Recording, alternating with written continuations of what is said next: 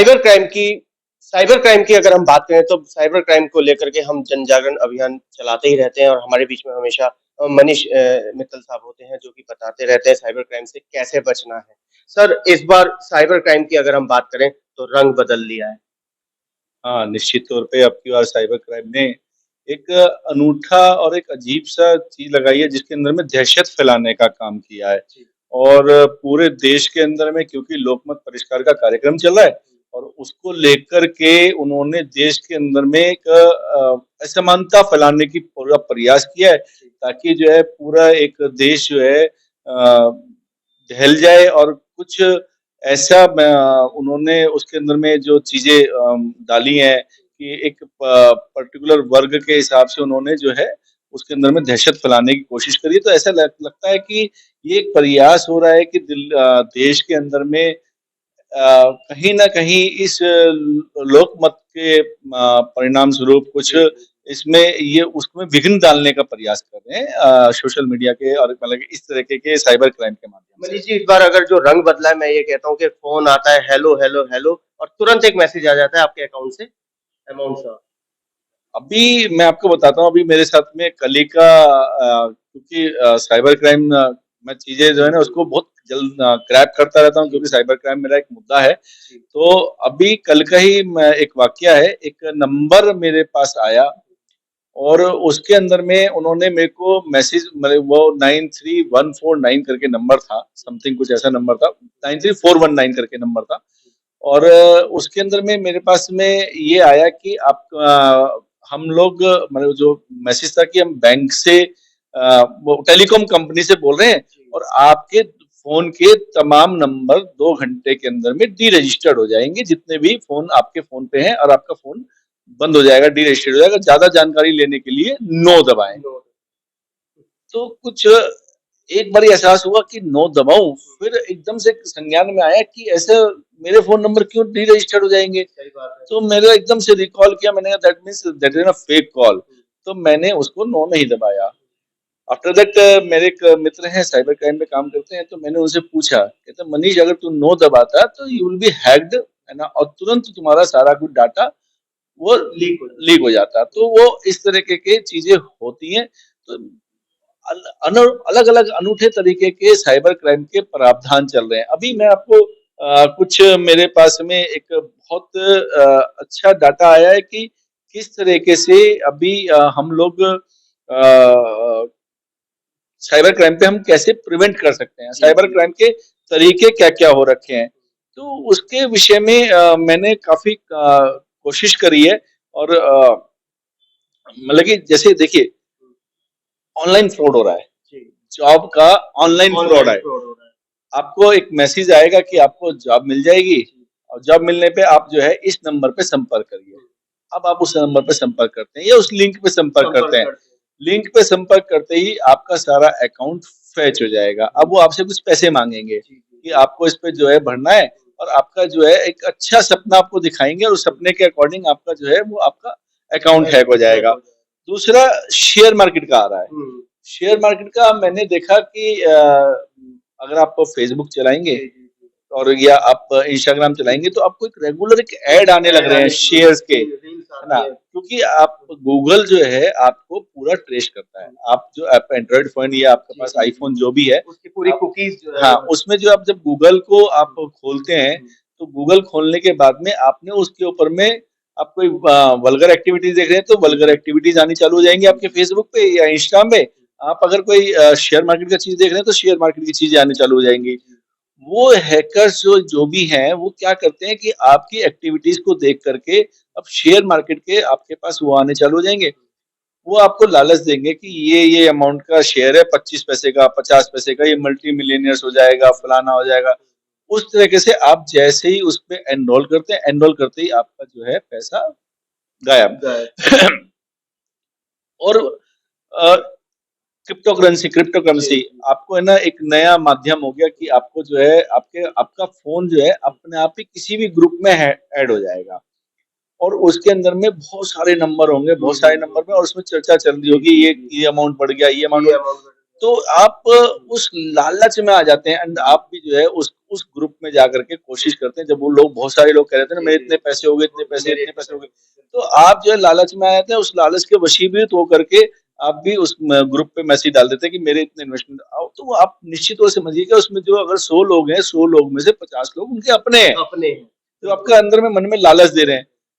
तो इस तरह के बहुत सारे साइबर फ्रॉड चल रहे हैं। तो मेरा तो तमाम नौजवान साथियों से, क्योंकि युवा वर्ग आज बहुत सारा युवा वर्ग बिना किसी मेहनत के, मैं ये नहीं कह रहा हूँ कि ऐसा कुछ है, बट कहीं ना कहीं ऐसा नजर में आता है कि बहुत सारा युवा वर्ग बिना किसी मेहनत के बहुत जल्दी पैसा कमाना चाहता है। तो वो इस एंड्रॉयड और इस आईफोन के माध्यम से जो ये चल रहा है, सोशल मीडिया पे कार्यक्रम चल रहा है फ्रॉड का, उसमें वो लिप्त हो जाते हैं और कहीं ना कहीं अपना मेजर नुकसान कर बैठते हैं।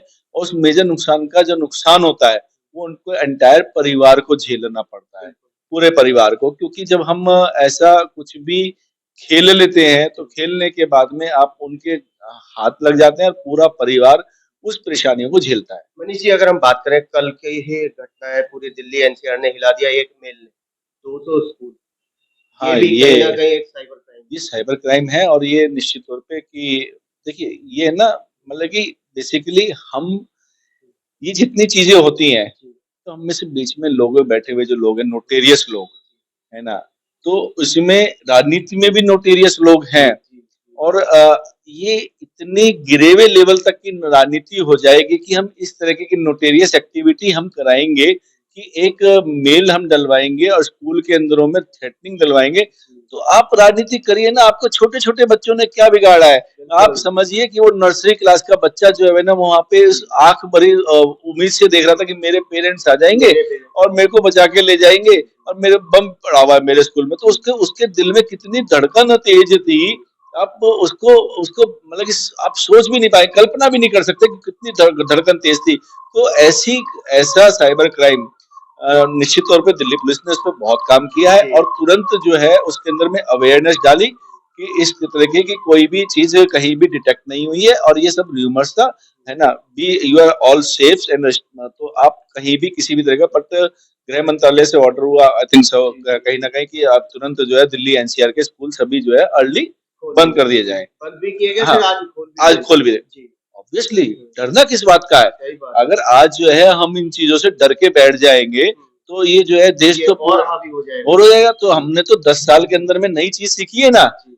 पहले आज से 10 साल पूर्व क्या होता था कि जब कभी हमारे ऊपर में कोई भी बाहर का व्यक्ति आक्रमण करता था तो हम जो है अमेरिका से मदद मांगने जाते थे, है ना, कि जी आपने, उन्होंने हमारे को कह दिया आप हमारी वार्तालाप करा दीजिए। आज क्या होता है? आज हम पुलवामा कर देते हैं, उनके आंतरिक अटैक मारते हैं। आज कोई हमारे देश को आज मतलब बहुत सारी कंट्रियां हमारी तरफ आंख उठा के नहीं देख सकती हैं, और वो बहुत सारी कंट्रियां आज हमारे देश की तरफ इस आस में लगा जाती हैं कि हमारे हिंदुस्तान हमारा साथ देगा। और हिंदुस्तान मतलब कि एक भारत देश एक ऐसा देश है, जो भारत देश है वो एक ऐसा देश है जिसके अंदर में आप कल्पना कीजिए कि जब यूक्रेन और रशिया का झगड़ा हुआ तो उसके अंदर में से यूक्रेन से 100 देशों के लोग भारत के झंडे के नीचे, वहां का युवा, वहां का लोग उस भारत का झंडा पकड़ करके, है ना, कि हम भारतीय सुरक्षित अपने अपने देश पहुंचे। तो भारत की कल्पना कीजिए। तो ऐसे ऐसे छोटे मोटे डर से भारत डरने वाला नहीं है। तो ये थे हमारे बीच में मनीष मित्तल साहब, जिन्होंने साइबर क्राइम के बारे में बताया और एक ही बात निकलती है, डरना बिल्कुल नहीं है मगर सचेत जरूर रहना है। जी, मैं ना एक आपसे आग्रह और करना चाहूंगा कि क्योंकि आपके चैनल के माध्यम से, भारत टीवी के माध्यम से, मैं पहले तो आपको बधाई देता हूं कि आप भी जन जागरण के कार्यक्रम में काम करते हैं, जो साइबर क्राइम का एक लोगों को अवेयरनेस का कार्यक्रम करते हैं। परंतु मैं आपसे कहूंगा कि कुछ समय के लिए, क्योंकि हमारा लोकमत हमारा अधिकार है और ये अधिकार का हनन होता है, तो उसके विषय में भी आप जो है पिछले का एक संकल्प लीजिएगा कि 10 दिन 12 दिन जो भी आप कर सकते हैं, प्रत्येक घर में जाकर के इसका जो है आप वोट डालने का। तो मेरा सभी जितने भी देशवासी हैं उनसे सबसे आग्रह रहेगा कि हमारे यहाँ हम कहते हैं ये देश का गद्दार है। तो गद्दार कौन है? गद्दार एक्चुअल में कौन है? वो व्यक्ति गद्दार है जो वोटिंग वाले दिन अपना मसूरी का, नैनीताल का या कहीं का कार्यक्रम बना लेता है और वो वोटिंग नहीं करके आता है या किसी भी कारणवश वोटिंग नहीं करता है, तो वो देश का गद्दार, वो उस बड़े गद्दार से ज्यादा बड़ा गद्दार है जो देश में मर्डर कर रहा है, उससे बड़ा गद्दार जो देश को देश हित के लिए, राष्ट्र हित के लिए, जिससे हमारे को हमारा सेवक मिलता है, हमारे को हमारा मत से हमारा देश का विकास करने वाला मिलता है, ऐसे व्यक्ति ऐसे मत को ना कर करके हम देश से गद्दारी करते हैं। तो मेरा जो है सभी देशवासियों से और पूरे पूरे क्षेत्रवासियों से, अपने लोकसभा के, विधानसभा के और अपने पूरे प्रांत के सभी लोगों से निवेदन है कि कृपया कर करके लोक मत जरूर करें।